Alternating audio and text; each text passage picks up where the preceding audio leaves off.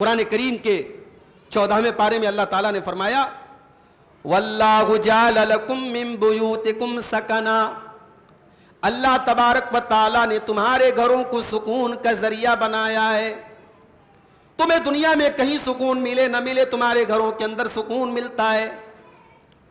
تم دنیا کی ٹینشن سے، دنیا کی پریشانیوں سے اداس ہو کر، پریشان ہو کر جب اپنے گھر جاتے ہو، بیوی کا مسکراتا ہوا چہرہ دیکھتے ہو، بچوں کی کھلکھلاہٹ دیکھتے ہو، ماں کی دعائیں تم کو ملتی ہے، باپ کا پیار تم کو ملتا ہے، تو تمہارے دل کو سکون مل جاتا ہے۔ وَاللَّهُ جَعَلَ لَكُم مِّن بُيُوتِكُمْ سَكَنًا، اللہ نے تمہارے گھروں کو سکون کا ذریعہ بنایا ہے۔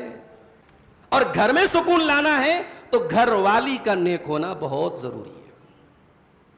اسی لیے اللہ فرماتا ہے سورہ روم کے اندر وَمِنْ آيَاتِهِ أَنْ خَلَقَ لَكُم مِّنْ أَنفُسِكُمْ أَزْوَاجًا، میرے بندو ہماری بہت بڑی نشانی یہ بھی ہے، ہم نے تمہاری بیویوں کو تمہارے لیے بنایا لِتَسْكُنُوا إِلَيْهَا، تاکہ تم اپنی بیویوں کے ذریعے سکون حاصل کرو، وَجَعَلَ بَيْنَكُمْ مَوَدَّةً وَرَحْمَةً، اور ہم نے میاں بیوی کے بیچ میں محبت پیدا کر دی اور رحمت پیدا کر دی۔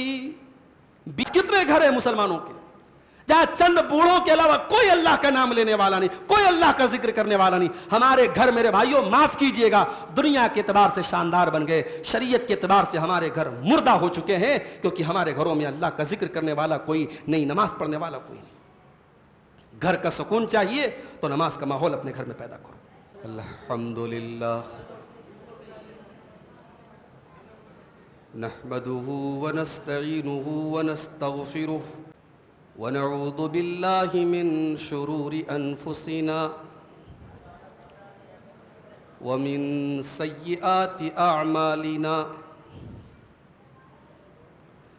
من يهده اللہ فلا مضل له ومن يضلل فلا هادی له، واشهد ان لا الہ الا اللہ وحدہ لا شریک له، واشهد ان محمدا عبده ورسوله۔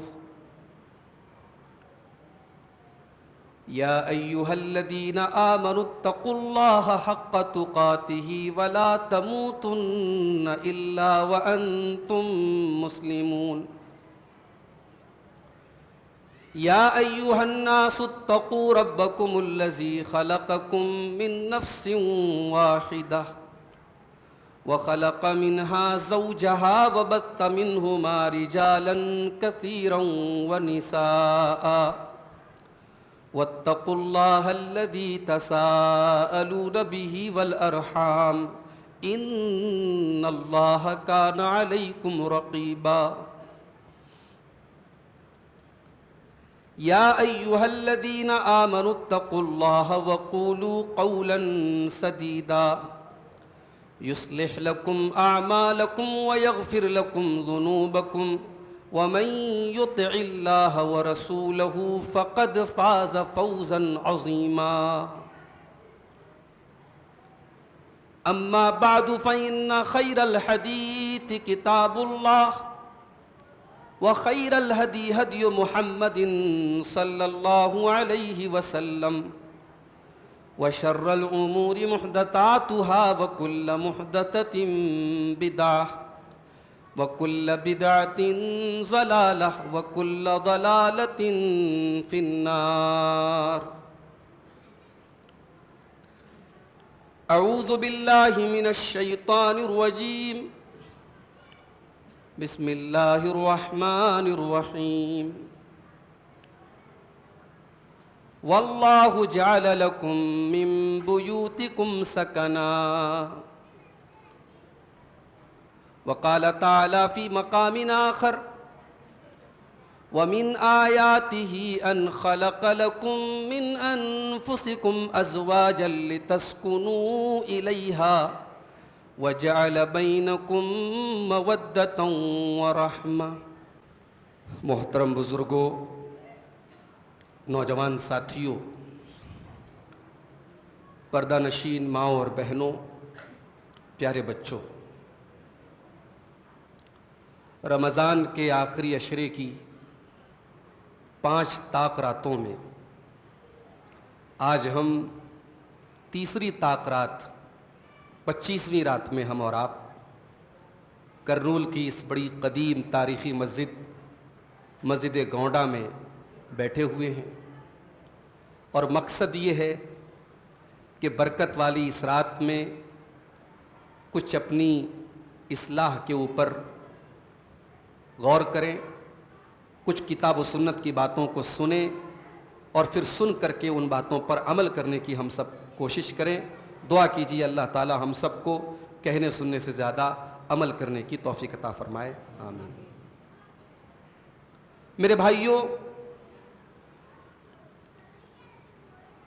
آج کا ہمارا جو موضوع ہے بڑا ہی اہم موضوع ہے، اور اس کا تعلق یہاں بیٹھے ہر انسان سے ہے۔ اس کا تعلق مردوں سے بھی ہے اور اس موضوع کا تعلق عورتوں سے بھی ہے، کیونکہ ہم سب کہیں نہ کہیں ایک فیملی کے ممبر ہیں۔ ہم کسی کے بیٹے ہیں، کسی کے باپ ہیں، کسی کے شوہر ہیں، کسی کے بھائی ہیں۔ ہماری عورتیں کسی کی بیوی ہیں، کسی کی ماں ہیں، کسی کی بہن ہے، اور انہی رشتوں سے مل کر کے بنتا ہے گھر، اور گھروں سے مل کر کے بنتا ہے سماج اور معاشرہ اور سوسائٹی۔ لیکن ہم اور آپ ایک بات یہ بھی دیکھ رہے ہیں کہ آج اگر ہمارے گھروں میں سب سے زیادہ کسی چیز کی کمی ہے تو وہ ہے سکون۔ گھروں کے اندر سکون نہیں ہے، گھروں کے اندر برکت نہیں ہے۔ بھئی انسان دنیا کی ٹینشنوں سے الجھنے کے بعد جب اپنے گھر پہنچتا ہے تو اسے کیا چاہیے؟ اسے سکون چاہیے۔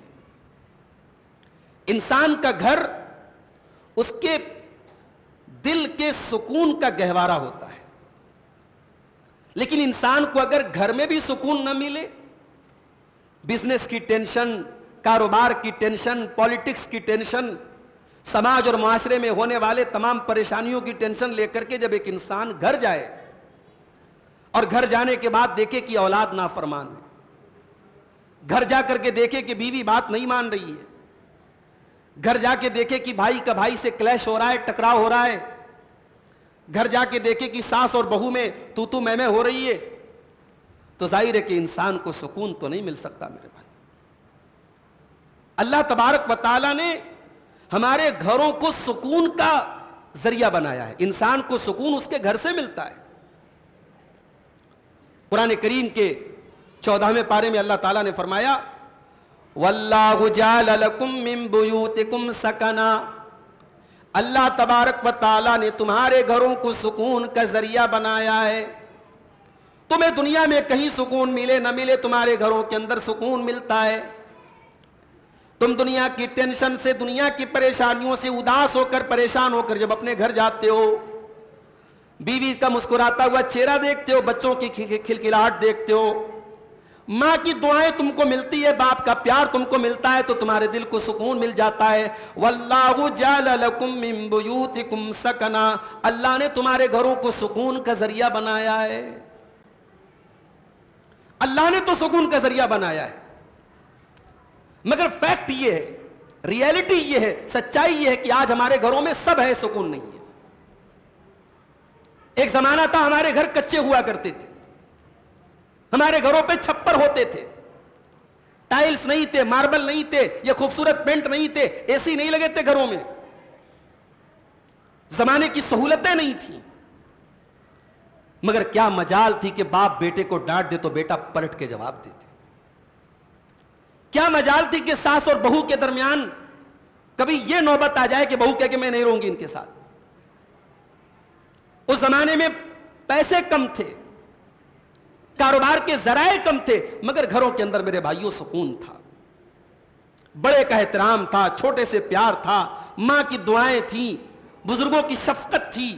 آج ہمارے گھروں سے یہ سب چیزیں مٹ رہی ہیں میرے بھائی۔ کیا یہ غور کرنے کی بات نہیں ہے؟ کیا یہ سوچنے کی بات نہیں کہ گھروں کا سکون کیوں جا رہا ہے اور اس کو واپس لانے کا راستہ کیا ہے؟ گھروں میں سکون کیسے آئے گا؟ یہ آج کا ہمارا ٹاپک ہے۔ اور میں جانتا ہوں آپ کا وقت بہت قیمتی ہے، یہ طاق رات ہے، بیان کے بعد آپ کو انفرادی طور پر عبادت بھی کرنی ہوتی ہے، ساری رات تو آپ کو بیان نہیں سنایا جا سکتا۔ میں بہت ہی پوائنٹ ٹو پوائنٹ آپ کے سامنے باتیں رکھوں گا، اور کچھ چیزیں میں نوٹ کر کے آیا ہوں کہ وہ کون سے ایسے راستے ہیں، وہ کون سے ایسے طریقے ہیں جن پر عمل کر کے ہم اپنے گھروں کا کھویا ہوا سکون واپس لا سکتے ہیں۔ دعا کیجیے اللہ تعالی ہم سب کو عمل کی توفیق دے دے۔ بس میرے بھائیوں، ہم سب اچھی طریقے سے جانتے ہیں کہ ہم مسلمان ہیں، اور مسلمان کی سب سے بڑی پونجی کیا ہے؟ اس کا ایمان ہے۔ مسلمان کی سب سے بڑی اس کی کیپٹل کیا ہے؟ اس کی توحید ہے۔ اگر ہمارے گھروں میں سب کچھ ہے لیکن توحید نہیں ہے، ایمان نہیں ہے، تو دنیا کے اعتبار سے ہمارا گھر ایک بہترین گھر بن بھی جائے، ایک لگزریس لائف ہم گزار بھی لیں، یا دنیا کے اسٹینڈرڈ کے حساب سے ہمارے گھروں میں پیسے آ جائیں، سب کچھ آ جائے، لیکن جو سکون ہے وہ نہیں آئے گا۔ اس لیے کہ شریعت کہتی ہے کہ جب تک گھر کی بنیاد توحید پر نہ ہو، ایمان پر نہ ہو، گھر میں سکون نہیں آ سکتا۔ قرآن کریم میں اللہ تعالیٰ نے سورہ توبہ کی آیت نمبر 109 میں فرمایا، افمن اسس بنیانہ علی تقوی من اللہ، جو انسان اپنے گھر کی بنیاد اللہ کے تقوی کے اوپر رکھتا ہے، ورضوان، اور اللہ کو راضی کرنے کی بنیاد پر رکھتا ہے، خیر امن اسس بنیانہ علی شفا جرف ہار فانہار بہ فی نار جہنم۔ فرمایا یہ بتاؤ کہ وہ بہتر ہے یا وہ انسان بہتر ہے جو اپنے گھر کی بنیاد جہنم کی آگ کے اوپر رکھتا ہے؟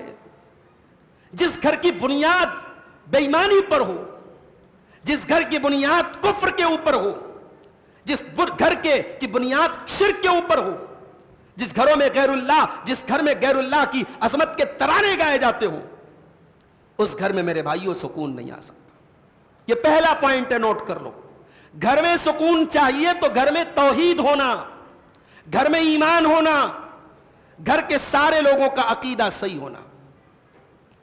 آج ہمارے یہاں معاف کرنا، میں تو بھائی گڈھے کے علاقے میں بیٹھا ہوں، یہ علاقہ تو ہمارے اہل توحید کا علاقہ مانا جاتا ہے کہ صاحب یہاں کے لوگ قرآن و حدیث کے ماننے والے ہیں، مگر آپ کے اس علاقے میں بھی مجھے بعض لوگوں کے گلوں میں کالے تعویذ ملے ہیں، مجھے بعض لوگوں کے گلوں میں تعویذ اور گنڈے نظر آئے ہیں، مجھے بعض عورتوں کے یہاں توہم اور غلط عقیدے پائے جا رہے ہیں۔ آپ کی سوسائٹی میں بھی کہیں نہ کہیں تو تربیت کمزور پڑ رہی ہے، کہیں نہ کہیں تو ایمان کی رسی ڈھیلی پڑ رہی ہے، ورنہ ہم نے اپنے نبی سے جو سیکھا ہے کہ بچوں کو بچپن سے توحید اور ایمان سکھایا جائے۔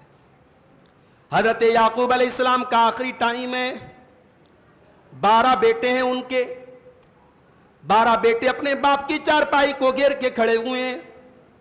یعقوب علیہ السلام دنیا سے جا رہے ہیں اور اپنے بیٹے کو وصیت کر کے جا رہے ہیں، جائیداد کی وصیت نہیں، پراپرٹی کی وصیت نہیں، مال کی وصیت نہیں۔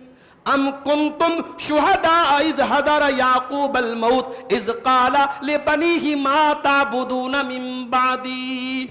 یاد کرو جب یعقوب کا آخری ٹائم تھا اور یعقوب اپنے بچوں سے کہہ کے جا رہے تھے تم میرے بعد کس کی عبادت کرو گے؟ قالوا نعبد الہک و الہ آبائک ابراہیم و اسماعیل و اسحاق الہا واحدا۔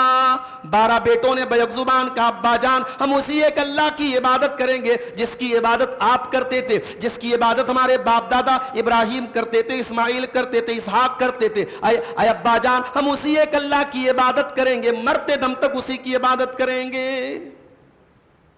حضرت یعقوب کو اپنے بچوں کے توحید کی فکر۔ آپ کو فکر ہے؟ آپ تو نبی نہیں ہے نا، یعقوب تو نبی ہیں، ان کو تو سوچنا چاہیے میں تو نبی ہوں، میرے بچے توحید پر نہیں رہیں گے تو کون رہے گا؟ مگر مرنے کے ٹائم، انتقال کے ٹائم بچوں کو وصیت کر کے جا رہے، بچوں اپنے ایمان کی حفاظت کرنا۔ میرے بھائیوں، جس گھر میں توحید کی حفاظت نہ کی جائے، جس گھر کی بیٹیاں جا کر کے قبروں پر سجدے کریں اور جس گھر کے بچوں کے گلے میں تعویذ پہنایا جائے، اور جن گھروں میں بدعقیدگی اور توہمات آ جائے اور غیر اللہ کی ذات پر بھروسہ کیا جانے لگے، اس گھر میں سکون نہیں آ سکتا ہے۔ یہ یاد رکھو میرے بھائی، سکون تو توحید سے آئے گا، امن تو توحید سے آئے گا، شانتی تو توحید سے آئے گی۔ اللہ نے فرمایا الذین آمنوا ولم یلبسوا ایمانہم بظلم اولئک لہم الامن وہم مہتدون، جو ایمان لائے اور اپنے ایمان کے ساتھ انہوں نے شرک کو نہیں ملایا، انہوں نے کسی طریقے کا شرک نہیں کیا، یہی وہ لوگ ہیں جو امن اور چین کی زندگی گزاریں گے، اور یہی وہ لوگ ہیں جو ہدایت پانے والے، اللہ کے یہاں کامیابی پانے والے ہیں۔ تو پہلی چیز نوٹ کر لو، گھر میں سکون لانا ہے، ایمان اور توحید کو اپنے گھر میں لاؤ میرے بھائی۔ دوسری چیز، گھر بنتا ہے گھر والی سے، گھر بنتا ہے عورت سے۔ ہم اور آپ ضرور گھر میں رہتے ہیں، مگر کتنا ٹائم؟ کام کے ٹائم باہر ہیں، جاب کے ٹائم باہر ہیں، کمانے کے ٹائم باہر ہیں، رات میں سونے کے لیے گھر میں آئے۔ ہمارے 24 گھنٹوں میں ہم نے 10 گھنٹے گھر میں گزارے، 12 گھنٹے گھر میں گزارے۔ عورت کا معاملہ الٹا ہے، وہ 24 گھنٹے میں مشکل سے 2 گھنٹے باہر گزارتی ہے، 20 گھنٹے 22 گھنٹے وہ گھر میں رہتی ہے۔ تو گھر کی ملکہ تو عورت ہے، اور گھر میں سکون لانا ہے تو گھر والی کا نیک ہونا بہت ضروری ہے۔ اسی لیے اللہ فرماتا ہے سورہ روم کے اندر وَمِنْ آيَاتِهِ أَنْ خَلَقَ لَكُم مِّنْ أَنفُسِكُمْ أَزْوَاجًا، میرے بندو ہماری بہت بڑی نشانی یہ بھی ہے، ہم نے تمہاری بیویوں کو تمہارے لیے بنایا لِتَسْكُنُوا إِلَيْهَا، تاکہ تم اپنی بیویوں کے ذریعے سکون حاصل کرو، وَجَعَلَ بَيْنَكُمْ مَوَدَّةً وَرَحْمَةً، اور ہم نے میاں بیوی کے بیچ میں محبت پیدا کر دی اور رحمت پیدا کر دی۔ بیوی ایسی ہو جو آپ کو سکون دے، اور ظاہر ہے یہ ڈیسائیڈ کب کیا جائے گا؟ یہ شادی کے پہلے ڈیسائیڈ کیا جائے گا، رشتہ دیکھنے کے ٹائم ڈیسائیڈ کیا جائے گا کہ ہمیں کیسی بیوی گھر میں لانا ہے۔ خوبصورتی آپ نے دیکھ لی، پڑھائی لکھائی آپ نے دیکھ لی، بھئی ہم بہو گھر میں لا رہے ہیں، کتنا پڑھی ہے پوچھ لیا ہم نے، دیکھ لیا کتنی خوبصورت ہے، خاندان کا پتہ کر لیا خاندان بہت اچھا ہے، مال بھی دیکھ لیا کتنا مال اس کے باپ کے پاس ہے، کتنی پیسے والی ہے، سب دیکھ لیا ہم نے۔ دین کہاں ہے میرے بھائی؟ دین سب سے لاسٹ میں۔ دین ہے تو ہے، نہیں ہے تو کوئی مسئلہ نہیں، ہمیں تو بھائی خوبصورت بہو چاہیے۔ یہ آج ہمارا، میں سماج کی حقیقت بتا رہا ہوں، یہ معیار ہے ہمارے سماج کا۔ ماں بڑے فخر سے کہتی ہے صاحب میری بہو تو لاکھوں میں ایک ہے۔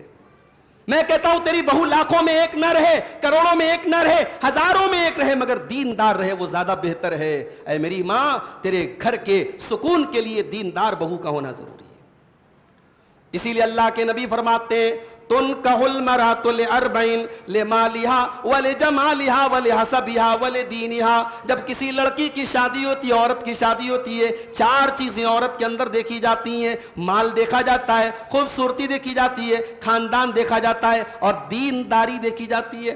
علماء کہتے ہیں یہ جو 4 چیزوں کا نام لیا نبی نے، یہ 4 چیزیں ٹرینڈ میں تھی اس وقت، عرب میں یہ 4 چیزیں ٹرینڈ میں تھیں۔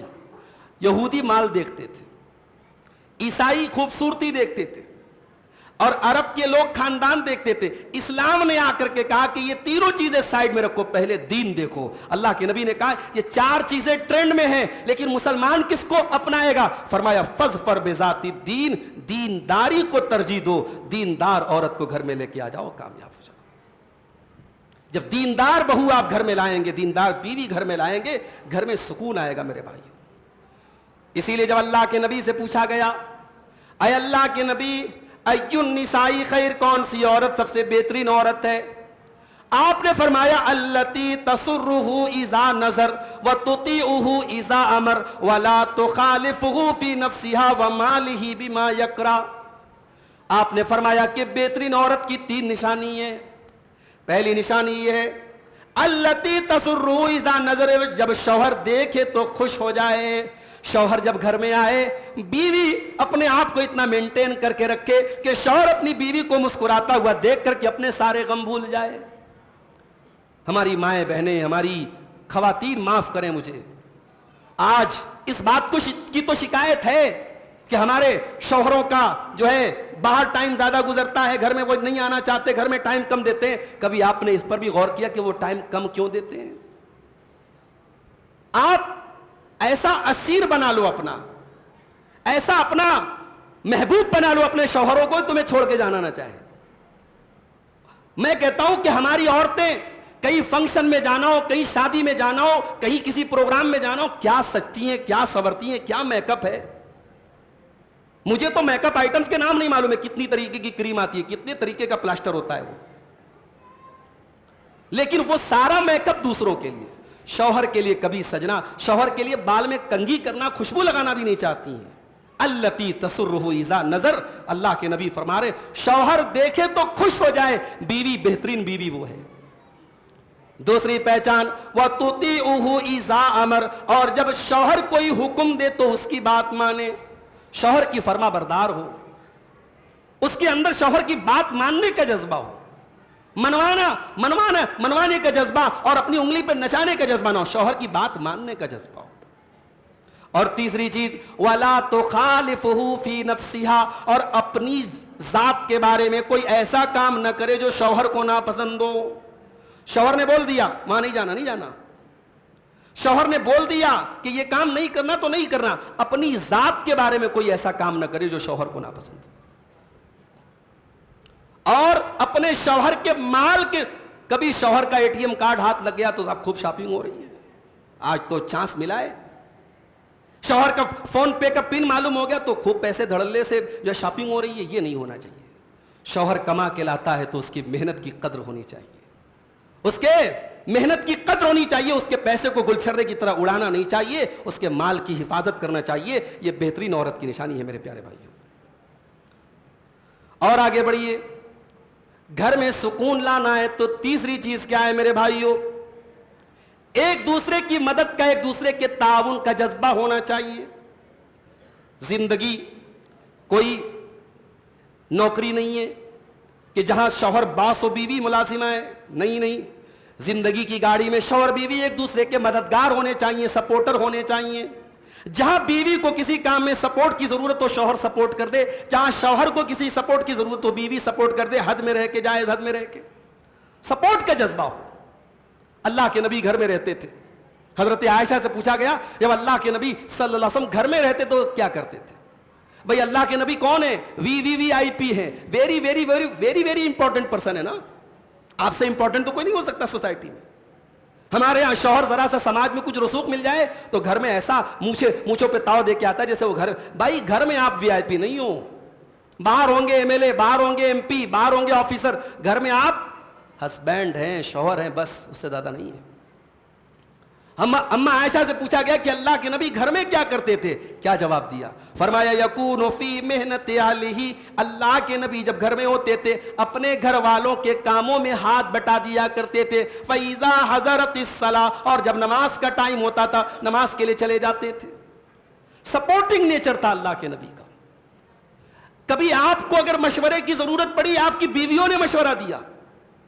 صلح حدیبیہ کا موقع یاد کیجیے, اللہ کے نبی صلی اللہ علیہ وسلم اپنی بیوی حضرت ام سلمہ کو لے کے گئے تھے اس سفر میں, اور وہاں جب مشرکین کے ساتھ ایگریمنٹ ہوا اور یہ طے ہوا کہ اللہ کے نبی اور صحابہ کرام اب واپس چلے جائیں گے, اس سال عمرہ نہیں کریں گے. وہ جانور بھی لے کے آئے تھے قربانی کا, وہ احرام کی حالت میں آئے تھے. اللہ کے نبی نے کہا جانوروں کی قربانی کر دو, اپنے اپنے بال مڈا دو. صحابہ بڑے غصے میں تھے, صحابہ بڑے غصے میں تھے. اس صلح سے صحابہ خوش نہیں تھے. صحابہ میں سے کسی ایک صحابی نے نہ بال کٹوایا نہ جانوروں کی قربانی کی. اب جب اللہ کے نبی نے دیکھا کہ میری بات صحابہ نہیں مان رہے تو اللہ کے نبی اداس ہو گئے. اداس ہو کر کے جب آپ اپنے خیمے میں آئے تو بیوی ایسی ہونی چاہیے جو شوہر کا چہرہ پڑھ لے, جس کو شوہر کی فیس ریڈنگ آتی ہو. چہرہ دیکھا اللہ کے نبی کا, کہا ہے اللہ کے نبی کیا بات ہے, کیوں اداس ہیں آپ؟ کہا ہے ام سلمہ آج پہلی مرتبہ ایسا ہو رہا ہے میرے صحابہ میری بات نہیں مان رہے ہیں. میں نے حکم دیا جانوروں کی قربانی کر لو, میں نے حکم دیا کہ تم اپنے اپنے بالوں کو کٹوا لو, کوئی کٹوانے کو تیار نہیں, کوئی میری بات ماننے کو تیار نہیں.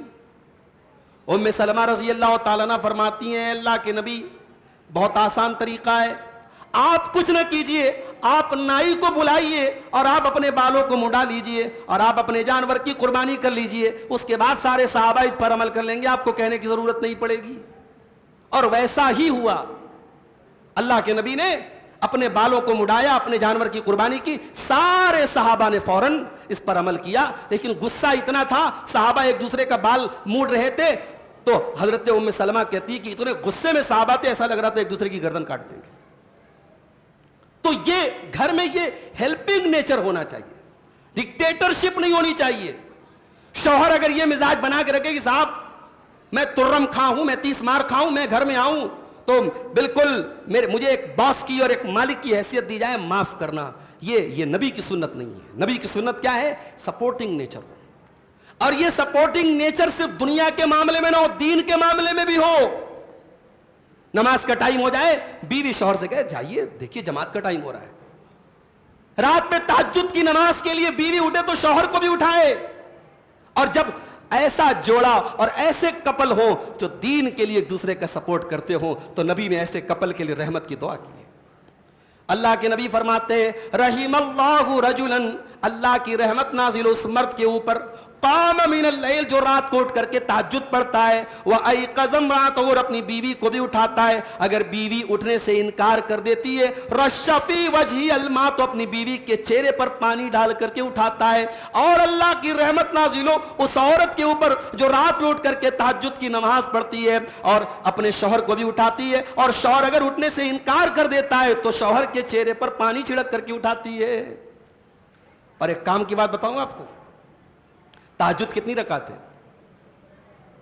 8 رکعت, یعنی ایکسکلوڈنگ وتر, وتر کو لے لو تو 11 رکعت ہے, اس کو چھوڑ کے 8 رکعت ہے. لیکن شوہر اور بیوی اگر رات میں اٹھ کر کے 2 رکعت نماز پڑھ لیں, صرف 2 رکعت, 2 رکعت پڑھنے میں کتنا ٹائم لگے گا؟ 10 منٹ 15 منٹ, لمبی پڑھیں گے تو. اللہ کے نبی کیا فرماتے, ذرا حدیث سنیے. اللہ کے نبی فرماتے ہیں اذا استيقظ الرجل من الليل, جب انسان رات میں سو کر کے اٹھتا ہے, وایقظ امرأتہ, اور اپنی بیوی کو اٹھاتا ہے, فصلیا رکعتین, اور وہ دونوں 2 رکعت نماز پڑھتے ہیں. دونوں چاہے تو جماعت بنا کے بھی پڑھ سکتے ہیں, لیکن جماعت بنائیں گے تو شوہر آگے کھڑا ہوگا, بیوی پیچھے کھڑی, ساتھ میں ایک دوسرے کے سائیڈ میں کھڑے نہیں. عورت کبھی بھی مرد سے سب میں پیر سے پیر ملا کے کھڑی نہیں ہوگی, مسئلہ یاد رکھیے. اپنا بھی شوہر ہے تو وہ آگے کھڑا ہوگا. اب پوچھے کیوں؟ نماز ہوتی ہے, نماز میں شہوت کا خیال بھی نہیں آنا چاہیے, اس لیے مرد اور عورت کو ٹچ ہو کر کے نماز میں نہیں کھڑے ہونا ہے. شوہر آگے کھڑا ہوگا, بیوی اگر دونوں چاہیں تو جماعت سے ہی پڑھ سکتے ہیں تہجد کی نماز. اللہ کے نبی کہتے شوہر اٹھا, بیوی کو اٹھایا, فصلیا رکعتین, 2 رکعت نماز پڑھی. ثواب کیا ملے گا؟ فرمایا کتب من الذاکرین اللہ کثیرا والذاکرات, یہ 2 رکعت نماز جب میاں بیوی مل کے پڑھیں گے ان کو اتنا بڑا ثواب ملے گا.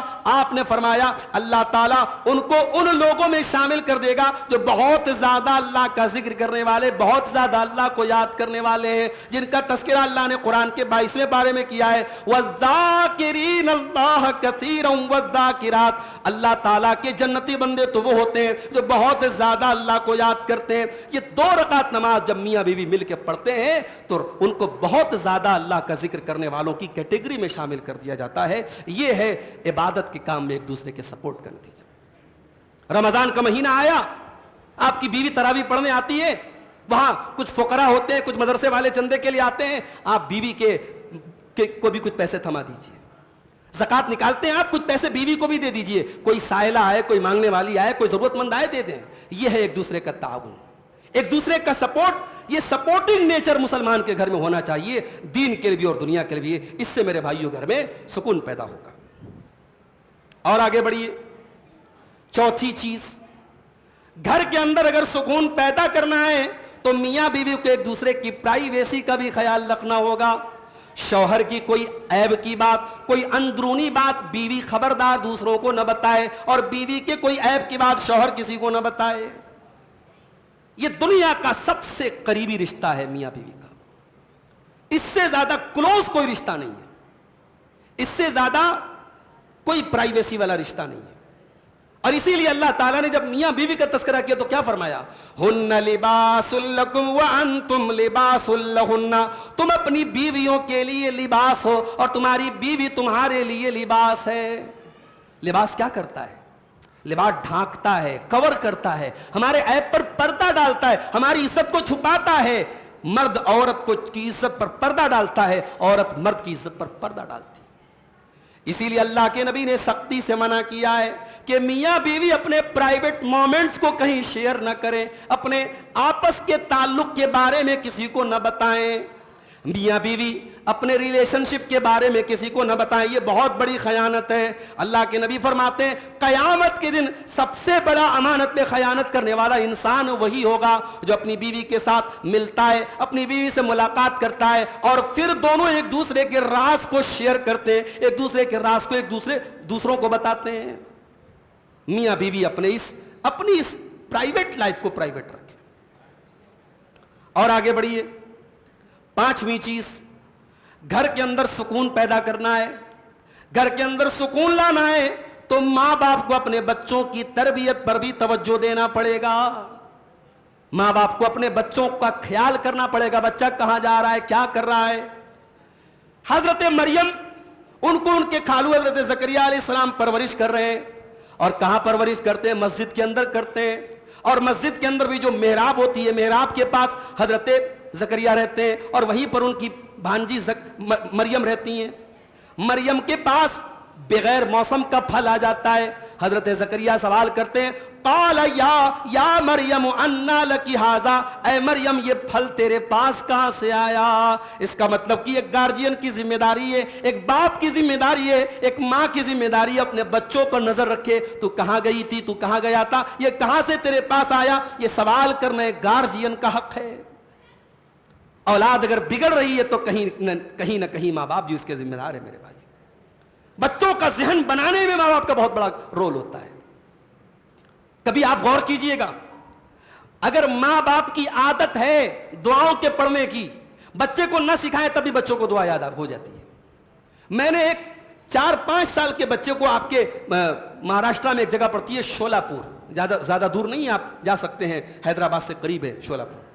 شولاپور میں ایک جماعت کے ذمہ دار ہیں، ان کے گھر میں ایک مرتبہ گیا، ان کا مشکل سے 5-6 سال کا ان کا پوتا تھا، اس کو پوری سورہ ملک یاد تھی، 29ویں پارے کی پہلی سورت سورہ ملک یاد تھی۔ سورہ ملک لمبی ہے بھائی، 2.5 پیج کی سورت ہے، اچھے بڑوں کو یاد نہیں ہوگی۔ 6 سال کے بچے کو یاد تھی۔ میں نے پوچھا بیٹا تجھے کیسے یاد ہوئی؟ بولا دادا پڑھتے ہیں رات میں سونے کے ٹائم، سن کے یاد ہوگی۔ بچوں کی تربیت کا بڑا گہرا اثر پڑتا ہے ان کے ذہن و دماغ پر۔ میرے بھائی، بچے آپ کیا کہتے ہیں اس کو بعد میں فالو کرتے ہیں، آپ کیا کرتے ہیں اس کو پہلے فالو کرتے ہیں۔ کبھی میری وہ بچی ہے نا استبرق حریم، 1.25 سال کی بھی ہو رہی ہے، 1 سال 2 مہینے کی ہو رہی ہے۔ اب وہ اوپر خواتین آتی ہیں میری اہلیہ سے ملنے کے لیے، تو وہ ہاتھ بڑھا کے مصافحہ کرتی ہیں۔ اب اتنی بڑی بچی کو کسی نے بتایا تو نہیں کہ تجھے ہاتھ بڑھا کے مصافحہ کرنا، وہ ہاتھ بڑھا کے سب سے مسکرا کے، جیسے ہم لوگ مسکرا کے کسی سے مصافحہ کرتے ہیں، مسکرا کے مصافحہ کرتی ہے۔ تربیت کا بڑا گہرا اثر پڑتا ہے میرے بھائی۔ اسی لیے اللہ کے نبی فرماتے ہیں کل مولود یولد علی الفطرہ، ہر بچہ فطرت پر پیدا ہوتا ہے، فابواہ یحودانہ وینصرانہ ویمجسانہ، ماں باپ بچے کو یہودی بنا دیتے ہیں، ماں باپ بچے کو کرسچن بنا دیتے ہیں، ماں باپ بچے کو مجوسی بنا دیتے ہیں۔ اور آج مجھے کہنے دیجئے، مسلمان کے بچے آج کرسچن ہو رہے ہیں، مسلمان کے بچے آج مشرک ہو رہے ہیں، ان کے ماں باپ کی غلطی کی وجہ سے۔ اسٹینڈرڈ ایجوکیشن دلانے کے لیے بچے کو کہاں ڈالا؟ کانوینٹ میں ڈالا۔ اسٹینڈرڈ ایجوکیشن دلانے کے لیے کہاں ڈالا؟ شہر کے سب سے مہنگے اسکول میں ڈالا۔ جہاں شروعات ہو رہی ہے غیر اللہ کے آگے ہاتھ جوڑ کر، جہاں شروعات ہو رہی ہے مشرکانہ پریئر کے ذریعے، وہاں ہمارا بچہ پڑھ کے تعلیم حاصل کر رہا ہے۔ میرے بھائی، ایسی تعلیم حاصل کر کے بچہ کچھ بن بھی جائے تو کیا مطلب ہے جس تعلیم میں میرے بچے کو مشرک بنا دیا جائے؟ ماں باپ یہودی بناتے ہیں، ماں باپ مشرک بناتے ہیں، ماں باپ مجوسی بناتے ہیں۔ تو ماں باپ اپنے بچوں کی تربیت پر توجہ دیں میرے بھائی، ٹائم نکالے اپنے بچوں کے لیے۔ بچہ یوٹیوب دیکھتا ہے، کبھی آپ بھی یوٹیوب دیکھے بچہ کیا دیکھ رہا ہے۔ 4 سال کی بچی آپ کی یوٹیوب کے ویڈیوز پہ کیا دیکھ رہی ہے، کیا اس کے مائنڈ کو کیا بنایا جا رہا ہے، کبھی غور کیجیے آپ۔ آج افسوس کی بات ہے، ہم بھائی تقریر کر رہے ہیں، تقریر بچے تھوڑی سنتے ہیں یوٹیوب کے اوپر۔ ہم نظمیں پڑھتے ہیں، بچے نظمیں تھوڑی سنتے ہیں۔ بچے تو کارٹون دیکھتے ہیں، بچے تو اپنے مطلب کی چیزیں دیکھتے ہیں۔ اب ان کے مطلب کی چیزوں میں کتنی چالاکی سے زہر گھولا جا رہا ہے، کبھی جا کے ان شارٹ ویڈیوز کو دیکھیے جو بچے دیکھتے ہیں یوٹیوب کے اوپر، اس پر آپ نظر رکھیے، تلاش کیجئے، پتا کیجئے یوٹیوب پر کچھ ایسے ویڈیوز موجود ہوں جن کا کنٹینٹ اچھا ہو، جو بچوں کے لیے مفید ہو، وہ کنٹینٹ اپنے بچوں کو دکھانے کی کوشش کیجئے۔ ٹائم دیجئے میرے بھائی، اپنے بچوں کو اپنی زندگی کا فالتو ٹائم نہیں، کریم ٹائم دیجئے۔ ہم لوگ کیا سوچتے ہیں، جب کام سے فری ہو گئے، سارے کاموں سے فری ہو گئے، تب 10 منٹ بچوں کو ٹائم دیا، وہ بھی دیا ورنہ وہ لوگ نہیں دیتے۔ کتنے لوگوں کے بچے ایسے ہیں کہ بچے کب اسکول جاتے، کب آتے، کب ٹیوشن کو جاتے، ماں باپ کو کچھ خبر نہیں.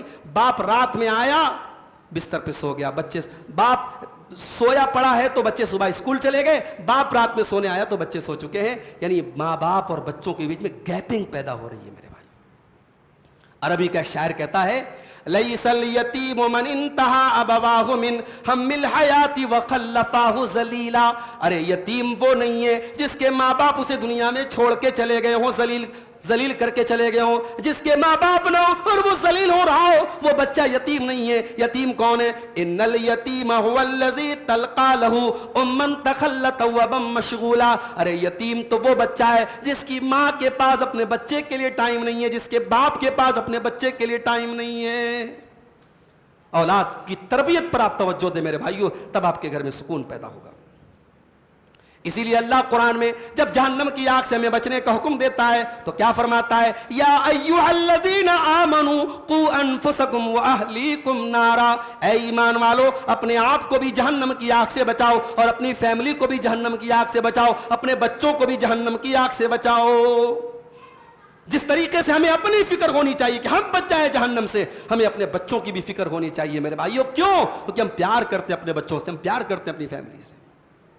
ہم کہیں گھومنے جاتے ہیں، کہیں اچھی چیز کھانے جاتے ہیں، ریسٹورنٹ میں جاتے ہیں، ہوٹلوں میں جاتے ہیں، کسی شہر میں گھومنے جاتے ہیں، فیملی کے ساتھ جاتے ہیں تاکہ ہمارے ساتھ ہماری فیملی انجوائے کرے. ہم اپنے بچوں کو خروش آ جائے، ہلکی سی مار آ جائے، ہلکی سی چوٹ آ جائے، ہمیں تکلیف ہو جاتی ہے، مائیں رونے لگتی ہیں. آپ کا بیٹا، آپ کی بیٹی جہنم کی آگ میں جلے، کیا آپ گوارا کریں گے یا آپ گوارا کریں گی؟ اللہ کہہ رہا ہے میرے بندو، جس فیملی سے تم اتنا پیار کرتے ہو اپنے آپ کو اور اپنی فیملی کو جہنم کی آگ سے بچاؤ. اور آگے بڑھیے. گھر میں سکون پیدا کرنا ہے، گھر میں سکون لانا ہے تو گھر میں نماز کا ماحول پیدا کیجئے. گھر میں ایسا ماحول پیدا کیجئے کہ نماز کا ٹائم ہو تو سارے گھر کے ممبرز نماز کی تیاری کریں.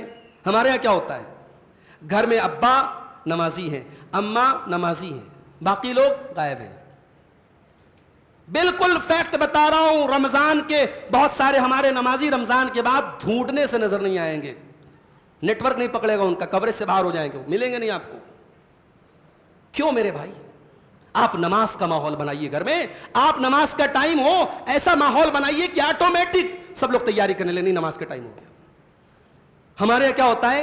نماز کا ٹائم ہوتا ہے، اماں کہتی لاؤ بیٹی وضو کا پانی لاؤ، ہم وضو کر لیں نماز پڑھ لیں. اماں کو خالی نماز کی ضرورت ہے، بیٹیوں کو نماز کی ضرورت نہیں ہے، بچوں کو نماز کی ضرورت نہیں ہے. ابراہیم علیہ السلام دعا کرتے اللہ سے، رب اجعلنی مقیم الصلاۃ ومن ذریتی ربنا وتقبل دعا. اے میرے پروردگار مجھے نماز قائم کرنے والا بنا دے، مجھے نماز کا پابند بنا دے، ومن ذریتی اور میری اولاد کو بھی تو نماز کا پابند بنا دے. ابراہیم علیہ السلام اپنی اولاد کی دعا کر رہے ہیں کہ اے اللہ میری اولاد کو تو نماز کا پابند بنا دے. اسی لیے اللہ کے نبی فرماتے ہیں خیر صلاۃ المرء صلاتہ فی بیتہ. انسان کی سب سے بہترین نماز اس کے گھر کی نماز ہوتی ہے، الا المکتوبہ، فرض نماز کو چھوڑ کر کے باقی نماز اس کے گھر کی بہتر نماز ہوتی ہے. آپ سنتیں گھر میں پڑھیں، فجر کی نماز آپ پڑھنے آ رہے ہیں سنت گھر میں پڑھیں، آپ نوافل گھر میں پڑھیں تاکہ آپ کے بچے نماز سے انسپائر ہو میرے بھائی. اللہ کے پیارے نبی فرماتے ہیں مرو اولادکم بالصلاۃ وہم ابناء 7 سنین. جب تمہارے بچے 7 سال کے ہو جائیں اور نماز نہ پڑھیں تو ان کو نماز کا حکم دو. واضربوہم علیہا. اور جب تمہارے بچے 10 سال کے ہو جائیں اور نماز نہ پڑھیں تو ان کی پٹائی کرو، ان کو مارو، ان پر سختی کرو کہ چلو بیٹا نماز پڑھو.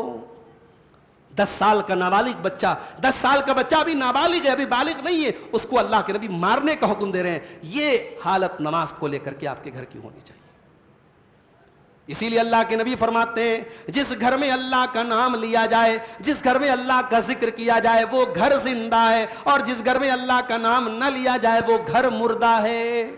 آج کتنے گھر ہیں مسلمانوں کے جہاں چند بوڑھوں کے علاوہ کوئی اللہ کا نام لینے والا نہیں، کوئی اللہ کا ذکر کرنے والا نہیں. ہمارے گھر میرے بھائیوں معاف کیجئے گا دنیا کے اعتبار سے شاندار بن گئے، شریعت کے اعتبار سے ہمارے گھر مردہ ہو چکے ہیں، کیونکہ ہمارے گھروں میں اللہ کا ذکر کرنے والا کوئی نہیں، نماز پڑھنے والا کوئی نہیں. گھر کا سکون چاہیے تو نماز کا ماحول اپنے گھر میں پیدا کرو. اور آگے بڑھیے. 7ویں چیز، اگر گھر کا سکون آپ کو واپس لانا ہے، میاں بیوی کو چاہیے کہ ایک دوسرے کی خوبیوں کا اعتراف کریں. ہمارے یہاں کیا ہوتا ہے, بیوی بہت اچھی ہے لیکن اگر بیوی سے ذرا سی کوتاہی ہوگی بہت بری ہوگی. وہ شوہر بہت اچھا ہے, اگر بیوی کی کوئی ایک فرمائش نہیں پوری کر پائے تو شوہر بہت برا ہو گیا. یہ نہیں ہونا چاہیے, ایک دوسرے کی خوبیوں کا اعتراف ہونا چاہیے. اللہ کے نبی فرماتے ہیں لا یفرق مؤمن مؤمنۃ, خبردار کوئی مومن مرد اپنی بیوی سے الگ نہ ہو, اپنی بیوی سے الگ نہ ہو. ان کریہ منہا خلقا رضی منہا آخر, اگر اسے اپنی بیوی کی کوئی بات اچھی لگتی ہے تو, اگر کوئی بات بری لگتی ہے تو ضرور کوئی نہ کوئی بات اچھی لگ رہی ہوگی. بھائی ٹھیک ہے, بیوی نے کھانا اچھا نہیں بنایا, چاس دو اسے. ہمارے ہماری ساس لوگ بھی جو ہوتی ہے اللہ معاف کرے, بہو آئی, اب وہ جو بہو جس نے کبھی زندگی میں کھانا نہیں بنایا تھا, پڑھنے میں پڑھانے میں اور زندگی گزر گئی اس کی, اب وہ بیچاری آئی ہے, اب 10 لوگوں کا 15 لوگوں کا کھانا بنانا ہے اسے. اب اسے ڈھنگ سے دال بنانا نہیں آتا, ڈھنگ سے رائس بنانا نہیں آتا. اب ساس لوگ ایسے موقع پہ کیا کرتے, تانا مارتی ہیں, کیا تیرے باپ نے تیرے کو, کیا تیری ماں نے کیا سکھایا تیرے کو. تانا مارتی ہے مائیں, اور پھر یہ ایکسپیکٹ کرتی ہے کہ میری بہو میری عزت کیوں نہیں کرتی. ساس یہ چاہتی ہے کہ میری بہو مجھے ماں کا درجہ دے, تو ساس کو بھی چاہیے کہ اپنی بہو کو بیٹی کا درجہ دے. اگر بیٹیوں کے 100 خون معاف ہیں اور بیٹیوں کی خطاؤں کو درگزر کیا جاتا ہے تو بہوؤں کی خطاؤں کو کیوں نہیں درگزر کیا جاتا ہے میرے بھائیوں, کیوں ان کی خوبیوں کو نہیں مانا جاتا ہے. اور شوہروں سے کہنا چاہوں گا, اگر آپ کی بیوی کھانا اچھا نہیں بناتی ہے تو ٹھیک ہے نا, تھوڑا کمپرومائز کر لو کھانے کے معاملے میں. بچوں کی تربیت تو اچھی کرتی ہے, تمہارے کپڑے پر پریس تو اچھی کرتی ہے, تمہارے کپڑوں کو اچھا دھلتی تو ہے, تمہارے گھر کو سجا کے تو رکھتی ہے. آپ نے ایک خامی دیکھی, ہزاروں خوبیوں کو آپ نے نظر انداز کر دیا. اس دنیا میں کوئی پرفیکٹ نہیں ہے میرے بھائیو, اس دنیا میں کوئی کمپلیٹ نہیں ہے, کوئی پرفیکٹ نہیں ہے. پرفیکٹ اگر کوئی ذات ہے تو صرف اللہ کی ذات ہے. سب کے اندر کمیاں ہیں, سب کے اندر کوتاہیاں ہیں. ایک دوسرے کی کمیوں کے باوجود ایک دوسرے کو قبول کرنا سیکھو. ہمارے علماء نے وہ حدیث بہت آپ کو سنا دی ہے کہ صاحب عورت پسلی سے پیدا کی گئی ہے, اور ہمارے شوہر حضرات, مرد حضرات اس حدیث کو یاد کر کے بیٹھے ہیں. جب بیوی سے لڑائی ہوتی ہے کہتے چل جا, تجھے تو حدیث میں کہا گیا تو ٹیڑھی پیدا کی گئی ہے, میں تجھ کو کیسے سیدھا کر سکتا ہوں. معاف کیجئے گا, یہ حدیث آپ نے اس کی غلط انٹرپریٹیشن کی ہے, غلط مطلب نکالا ہے آپ نے اس حدیث کا. اس حدیث کا مطلب عورت کو نیچا دکھانا نہیں ہے. یہ حدیث ہمیں یہ بتا رہی ہے کہ عورت کا نیچر الگ ہے. عورت پسلی سے پیدا کی گئی, نازک ہوتی ہے پسلی, پسلی کو سیدھا کرنا چاہو گے توڑ دو گے. عورت نازک ہے, اس کو ہینڈل وتھ کیئر. کبھی آپ نے دیکھا ہو نا, کوریئر والے آتے ہیں, جب اس میں کوئی نازک سامان ہوتا ہے تو باہر لکھا رہتا ہے ہینڈل وتھ کیئر, اس پہ احتیاط لکھا رہتا ہے کہ صاحب اس کو احتیاط سے اٹھاؤ, اس میں نازک چیز ہے. تو عورت کے جذبات کا لحاظ رکھنے کا حکم دیا اللہ کے نبی نے کہ وہ پسلی سے پیدا کی گئی, اس کو سیدھا کرنا چاہو گے توڑ دو گے. ایک دوسرے کے جذبات کا خیال رکھو میرے بھائی. گھر جو ہے نا وہ ڈکٹیٹرشپ سے نہیں چلتا ہے, گھر چلتا ہے ایک دوسرے کے ایموشنز اور جذبات کا لحاظ رکھنے سے. اللہ کے نبی نے کہا اگر تم کو بیوی کی کوئی بات بری لگتی ہے تو ضرور کوئی نہ کوئی بات اچھی لگتی ہوگی. اور آگے بڑھیے, گھر کے اندر اگر سکون واپس لانا ہے, گھر کے اندر بڑوں کا احترام ہونا چاہیے. جو بڑا ہے وہ بڑا ہے, اگر بڑا غلط بھی کر رہا ہے تب بھی وہ بڑا ہے. بڑے کی غلط بات نہیں مانیں گے, لیکن بڑے نے اگر کوئی غلط بات بول دی یا کوئی غلط کام کر دیا, اس کا مطلب یہ نہیں کہ بڑے کا احترام نہیں کیا جائے گا. ہمارے یہاں کیا ہوتا ہے, ذرا سی بات ہو جائے تو چھوٹا بھائی بڑے بھائی کو کچھ بھی سنا دیتا ہے. بھائی میں نہیں کہتا کہ ہر ٹائم بڑے بھائی کی ہر بات صحیح ہوگی, لیکن اگر بڑے بھائی نے کچھ غلط بھی بول دیا, آپ کو بدتمیزی کا رائٹ کس نے دے دیا؟ اگر باپ نے آپ کے ساتھ کچھ غلط بھی کر دیا تو قرآن کیا کہتا ہے؟ دنیا کا سب سے غلط کام شرک ہے. اگر آپ کے ماں باپ آپ کو شرک کرنے کی حکم دے تو قرآن کیا کہتا ہے؟ وَإِن جَاهَدَاكَ عَلَىٰ أَن تُشْرِكَ بِي مَا لَيْسَ لَكَ بِهِ عِلْمٌ فَلَا تُطِعْهُمَا وَصَاحِبْهُمَا فِي الدُّنْيَا مَعْرُوفًا. اگر تیرے ماں باپ تجھے شرک کرنے کی تعلیم دے, خبردار ان کی وہ غلط بات مت ماننا, مگر ان کے ساتھ ہمیشہ ادب کا سلوک کرنا, ان کی عزت کرتے رہنا, ان کی رسپیکٹ کرتے رہنا. آج کتنی اولاد ہے باپ سے ڈھنگ سے بات نہیں کرتی, کتنی بیٹیاں ہیں ماں کی باتوں پر توجہ نہیں دیتی, ماں سے بدتمیزی سے بات کرتی ہیں. یہ مسلمان کے گھر کی پہچان نہیں ہے میرے بھائی. اللہ کے نبی فرماتے ہیں لیس منا من لم یرحم صغیرنا ولم یوقر کبیرنا. وہ انسان ہم میں سے نہیں ہے جو چھوٹوں پر پیار نہ کرے, جو چھوٹوں پر رحم نہ کرے, اور جو بڑوں کی عزت نہ کرے, بڑوں کا احترام نہ کرے. ایک مرتبہ صحابہ بیٹھے ہوئے تھے, اللہ کے نبی صلی اللہ علیہ وسلم نے پوچھا, کوئی بتا سکتا ہے ایسا کون سا درخت ہے جس کے پتے سال میں کبھی جھڑتے نہیں ہیں, جو ہر موسم میں پھل دیتا ہے, اور جس کی مثال مسلمان کی طرح ہے؟ عبداللہ بن عمر بیٹھے تھے, وہ کہنے لگے مجھے پتا تھا کہ اللہ کے نبی کھجور کے پیڑ کی بات کر رہے ہیں, مجھے معلوم تھا اللہ کے نبی کے اس سوال کا جواب مجھے پتا تھا, مگر وہاں پر میرے ابا حضرت عمر بھی بیٹھے تھے, وہاں پہ حضرت ابو بکر بھی بیٹھے تھے, وہاں بڑے بڑے سینئر صحابہ بیٹھے تھے, مجھے یہ لگا اگر میں نے جواب دے دیا تو یہ چھوٹا منہ بڑی بات ہو جائے گی, میں خاموش رہ گیا. بعد میں جب میں نے اپنے ابا کو بتایا کہ اے ابا جان مجھے اس سوال کا جواب پتا تھا, تو حضرت عمر نے کہا بیٹا اگر تو بتا دیتا تو مجھے زیادہ خوشی ہوتی. غور کیجئے میرے بھائیوں کہ حضرت عبداللہ بن عمر نے صرف اس لیے خاموشی اختیار کی کہ میرے بڑے موجود ہیں. آج کا کیا معاملہ ہے؟ وہ شاعر کا شعر ہے نا کہ سنبھل کر گفتگو کرنا بزرگوں کہ اب بچے پلٹ کر بولتے. آج اگر کوئی بچہ آپ کو کوئی غلط کام کرتا ہوا نظر آ جائے نا, آپ بول دیں تو 4 باتیں وہ آپ کو سنا دے گا.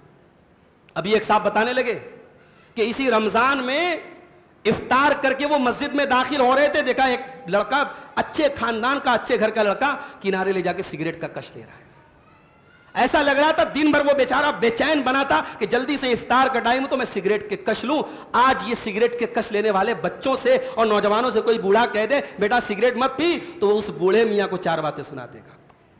سنبھل کر گفتگو کرنا بزرگوں کہ اب بچے پلٹ کر بولتے ہیں. یہ کلچر ہمارا ہوتا چلا جا رہا ہے, مگر یہ کلچر اچھا نہیں ہے میرے بھائیو, یہ اسلامک کلچر نہیں ہے. اسلام کی تعلیم یہ ہے کہ بڑوں کو بڑائی دی جائے, بڑوں کا احترام کیا جائے, اور چھوٹے اپنی لمٹ میں رہے, اپنی حد میں رہے.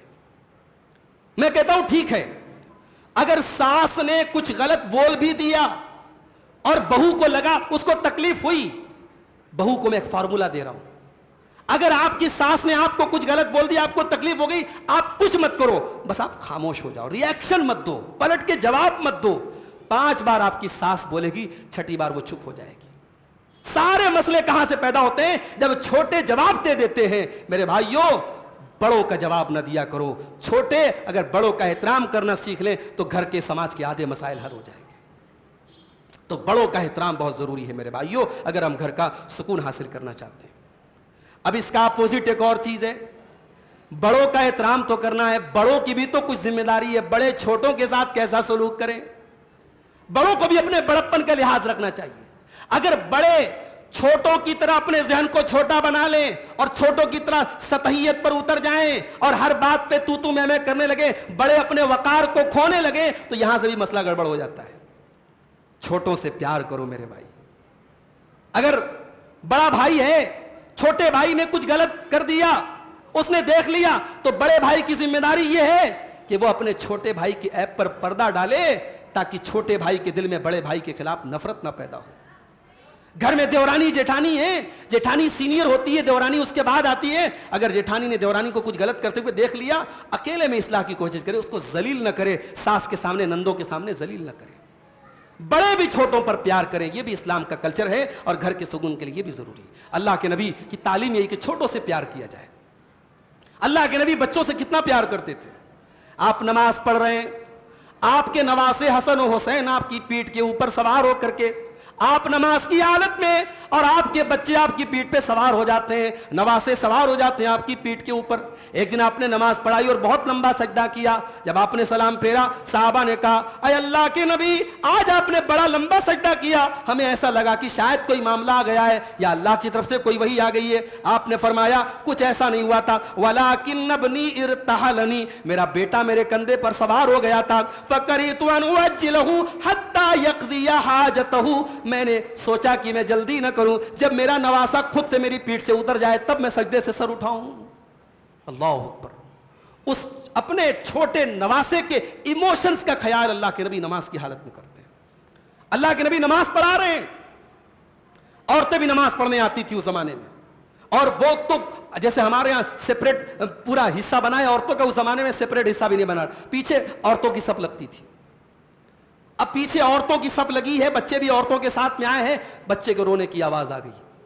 اللہ کے نبی اپنی نماز کو شارٹ کر دیتے تھے, جلدی سے سلام پھیر دیتے تھے, اس ماں کی تکلیف کو یاد کر کے جس کا بچہ رو رہا ہے. یہ اللہ کے نبی صلی اللہ علیہ وسلم چھوٹوں سے پیار کرتے تھے میرے بھائی. ایک مرتبہ آپ اپنے نواسے حضرت حسن کو چوم رہے تھے، پیار کر رہے تھے، ایک دیہاتی آدمی آتا ہے، کہتا ہے اے اللہ کے نبی میرے تو 10 بیٹے ہیں، میں نے آج تک اپنے کسی بچے کو چوما نہیں ہے، میں نے آج تک کسی بچے کو پیار نہیں کیا ہے، اور آپ کو دیکھتا ہوں کہ آپ اپنے نواسے کو بہت لاڈ پیار کرتے ہیں۔ اللہ کے پیارے نبی نے فرمایا او املک ان نزع اللہ من قلبک الرحمہ، اگر اللہ نے تمہارے دل سے رحمت کو نکال دیا ہے تو میں کیا کر سکتا ہوں؟ بچوں سے پیار کرنا، بچوں سے لاڈ کرنا، یہ تو دل میں رحمت کی نشانی ہے، تو رحم کی نشانی ہے۔ تو چھوٹوں پر رحم کیا کرو میرے بھائی، گھر کے سکون کو برقرار رکھنا ہے، بڑے اپنی سینیورٹی کا خیال رکھیں، چھوٹوں کی غلطیوں کو نظر انداز کر دیا کرے، چھوٹوں پر پیار کا اور رحمت کا برتاؤ کیا کرے۔ اور آگے بڑھیے، 10ویں چیز، اگر گھر کے اندر سکون لانا ہے میرے بھائیوں تو گھر کے اندر نرمی کا ماحول ہو۔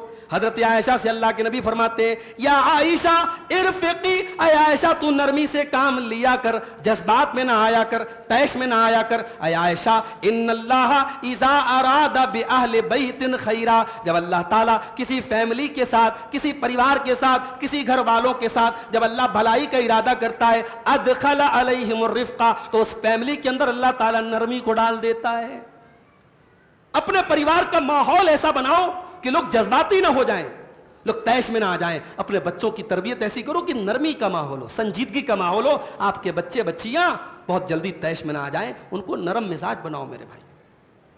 ایک مرتبہ اللہ کے نبی بیٹھے ہوئے تھے، یہودیوں کا گزر ہوا، اور یہودی تو کل بھی خبیث تھے، آج بھی خبیث ہیں۔ یہودیوں نے اللہ کے نبی کو سلام کیا۔ سلام کیسے کیا؟ ٹونٹ کر کے سلام کیا، سلام ایسے انداز میں کیا کہ وہ سلام کم تھا اور گالی زیادہ تھی۔ کہا السلام علیکم، السلام علیکم، اے نبی نعوذ باللہ تم پر موت آ جائے، تم ہلاک ہو جاؤ۔ نبی کے کانوں تک یہ جملہ گیا، اور حضرت عائشہ کے کانوں تک بھی یہ جملہ گیا۔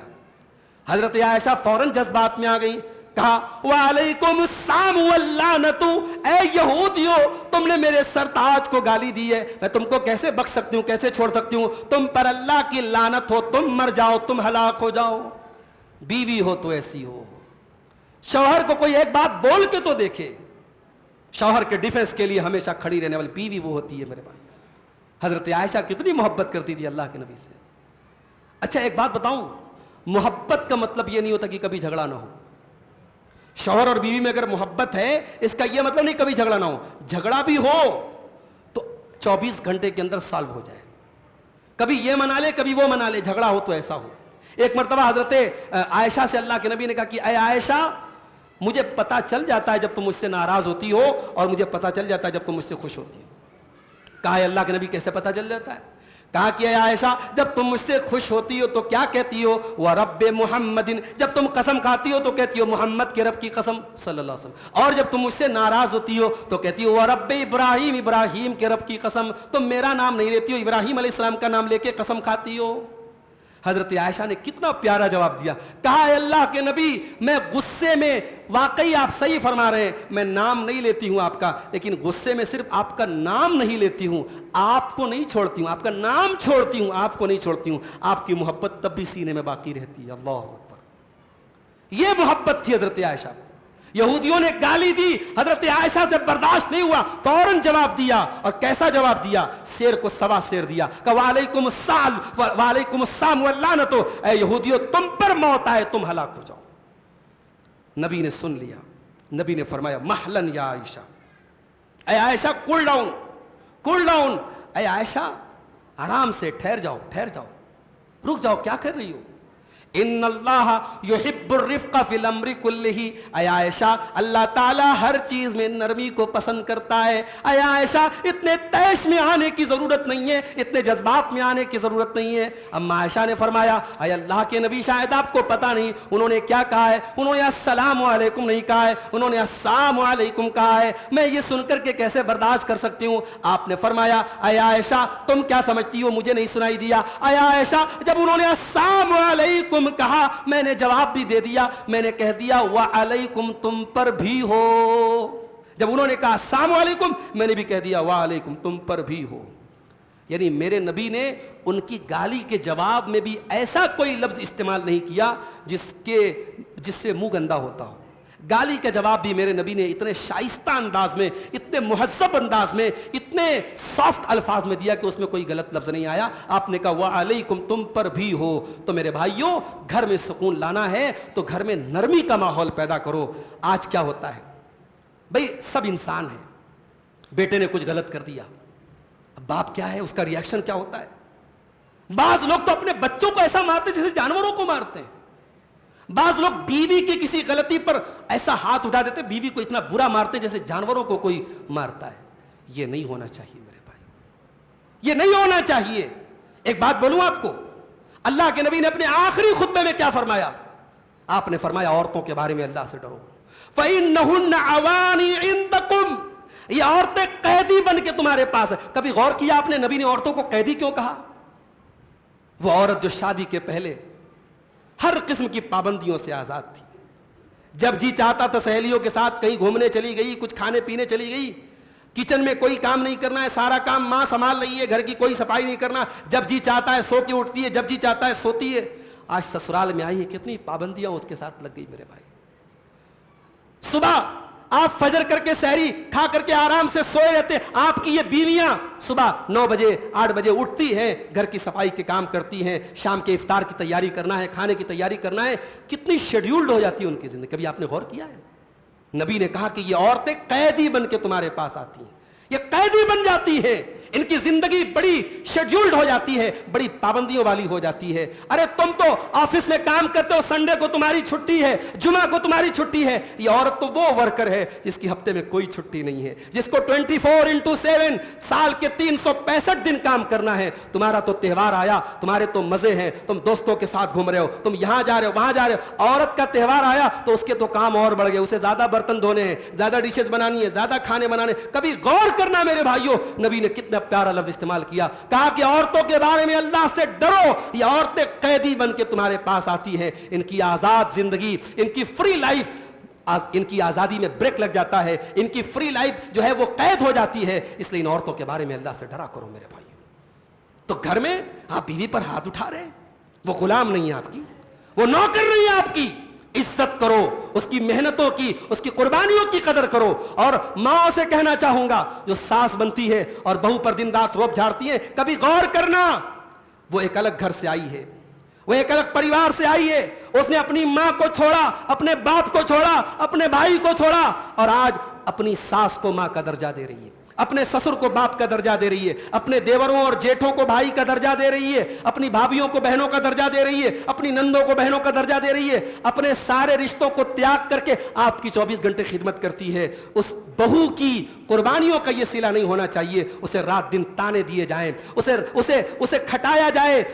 کتنے گھروں میں بہوؤں کے ساتھ اتنا غلط سلوک کیا جاتا ہے کہ وہ بہو جو شادی کے موقع پر پھول جیسا چہرہ لے کے آتی ہے، سال بھر اس کا چہرہ مرجھا جاتا ہے. سال بھر کے بعد جو 40-50 کلو کا وزن ہوتا ہے وہ 30 اور 35 کلو اس کا وزن گھٹ جاتا ہے. میرے بھائیوں، بعض گھروں میں عورتوں کے ساتھ اتنا ظلم ہوتا ہے، یہ نہیں ہونا چاہیے. گھروں میں محبت کا ماحول اور رفق کا ماحول ہونا چاہیے. اللہ کے نبی نے فرمایا کہ جس گھر میں محبت کا ماحول ہوتا ہے اس گھر میں اللہ کی رحمت داخل ہوتی ہے. اور 2 چیزیں اور بیان کر کے بات ختم کرتا ہوں. گھر کے اندر سکون لانا ہے میرے بھائی تو صلہ رحمی کا جذبہ گھر میں ہونا چاہیے. باپ کو پتا ہو کہ میرے اوپر کیا حقوق ہیں اولاد کے، اولاد کو پتا ہو کہ میرے اوپر کیا ذمہ داری ہے میرے ماں باپ کی، بھائی کو پتا ہو کہ میرے اوپر کیا حقوق ہے میرے بھائی کے. رشتوں کو جوڑنے کا سلسلہ سب سے پہلے گھر میں شروع ہونا چاہیے.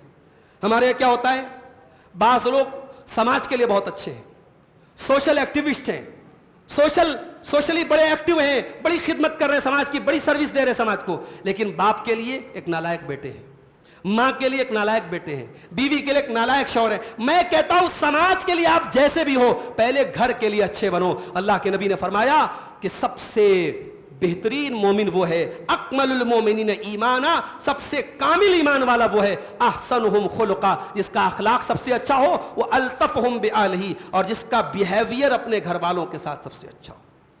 گھر والوں کے ساتھ صلہ رحمی کرو میرے بھائی. بھائی کا حق ادا کرو، باپ کا حق ادا کرو، بیٹے کا حق ادا کرو. اسی لیے قرآن میں اللہ تعالیٰ نے جب بھی نیکی کا تذکرہ کیا، کیا فرمایا؟ وَآتِ ذَا الْقُرْبَى حَقَّهُ وَالْمِسْكِينَ وَابْنَ السَّبِيلِ. غریبوں کا حق بعد میں دو، فقیروں کا حق بعد میں دو، یتیموں کا حق بعد میں دو، پہلے اپنے قریبی رشتہ داروں کا حق دو. بعض گھروں میں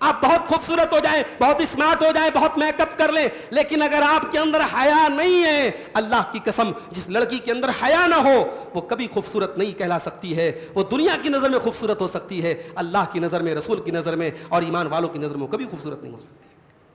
قرآن کریم میں اللہ نے موسیٰ علیہ السلام کا واقعہ بیان کیا تو ایک عورت شرما شرما کے چل رہی تھی، اس کی خوبصورتی کا ذکر اللہ نے نہیں کیا، اس کی ہائٹ کیا تھی، اس کی پرسنالٹی کیا تھی، وہ کتنی خوبصورت تھی، اللہ نے کچھ ذکر نہیں کیا. اللہ نے ذکر کیا تو فرمایا کہ تمشی علی استحیاء، وہ شرما شرما کے چل رہی تھی. پتہ لگا کہ ایک مسلمان لڑکی کی چال میں بھی شرم و حیا ہونی چاہیے. تو میرے بھائیوں، اپنی بچیوں کو شرم و حیا سکھاؤ، اپنے گھر کا ماحول شرم و حیا والا بناؤ، پردے والا بناؤ، غیرت والا بناؤ. بے غیرتی ہمارے گھروں میں نہ آئے. اگر بے غیرتی آئے گی تو گھر میں سکون نہیں آئے گا. یہ چند باتیں تھی گھر میں سکون کے تعلق سے. بڑا وسیع موضوع تھا، چند پوائنٹس میں نے نوٹ کیے تو آپ کے سامنے رکھے ہیں. دعا کرتا ہوں اللہ تعالیٰ سے کہ یہ جو باتیں گھر میں سکون لانے کے تعلق سے بیان کی گئی ہیں، اللہ ان باتوں پر ہم سب کو عمل کرنے کی توفیق عطا فرمائے.